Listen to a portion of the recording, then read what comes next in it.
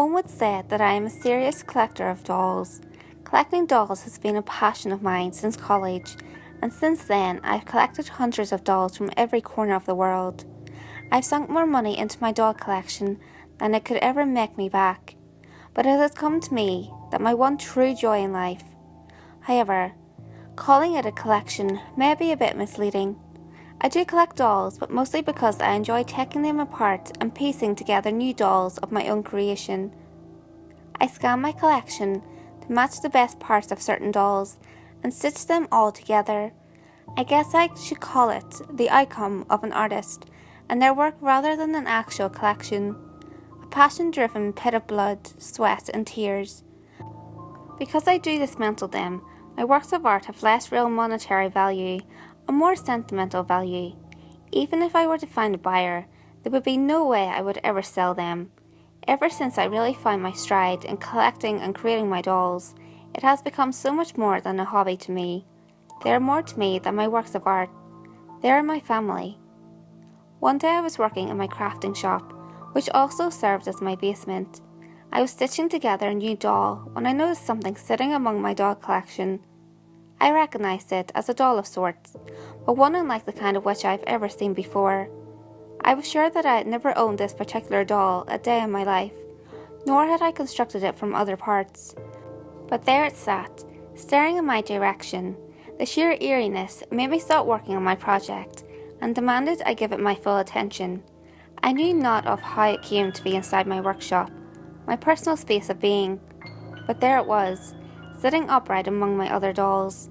I walked towards it slowly, unsure of reasoning behind the visit. The first and most dominant thing I noticed about the doll was how much smaller it was than any other doll I have ever seen before.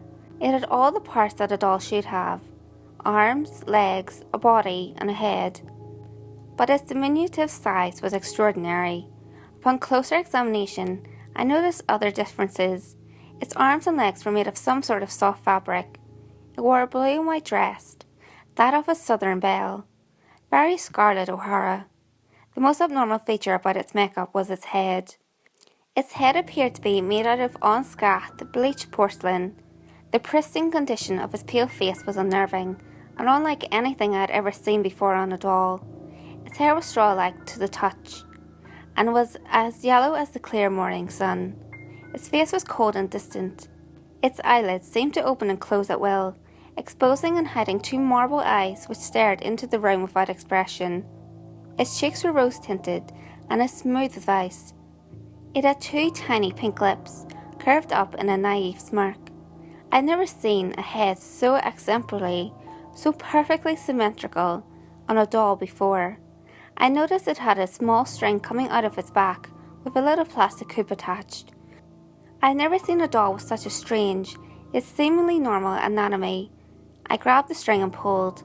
I felt a slight rattling from inside the doll and released. It let out a noise that was unlike anything I've ever heard out of a doll before.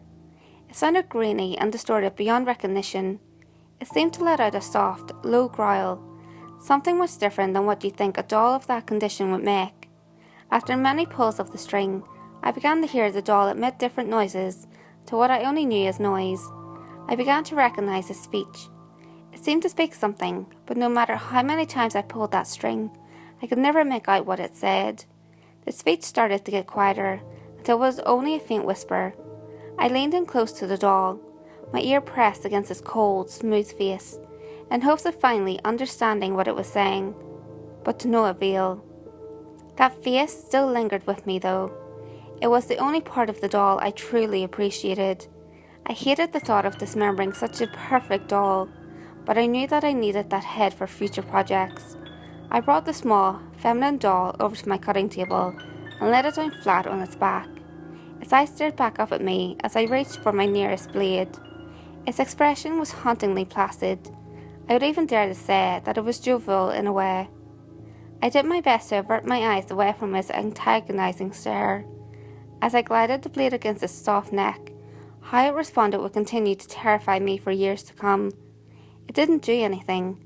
It remained still and unfeeling through the whole incision. It didn't react at all. It just lay there, staring back up at me and smiling its little grin as if it welcomed the pain. It didn't scream, it didn't fight back, it didn't even bleed. I knew instantly that it was not like any of the dolls I had ever worked on before. That thing was unnatural, and I had to get rid of it. I tied the thing in a plastic bag and threw it into the East River.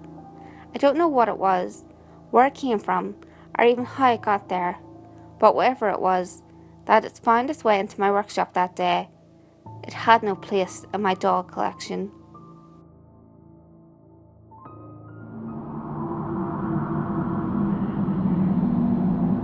Hey guys, if you enjoyed this video, give it a thumbs up and share it with your friends.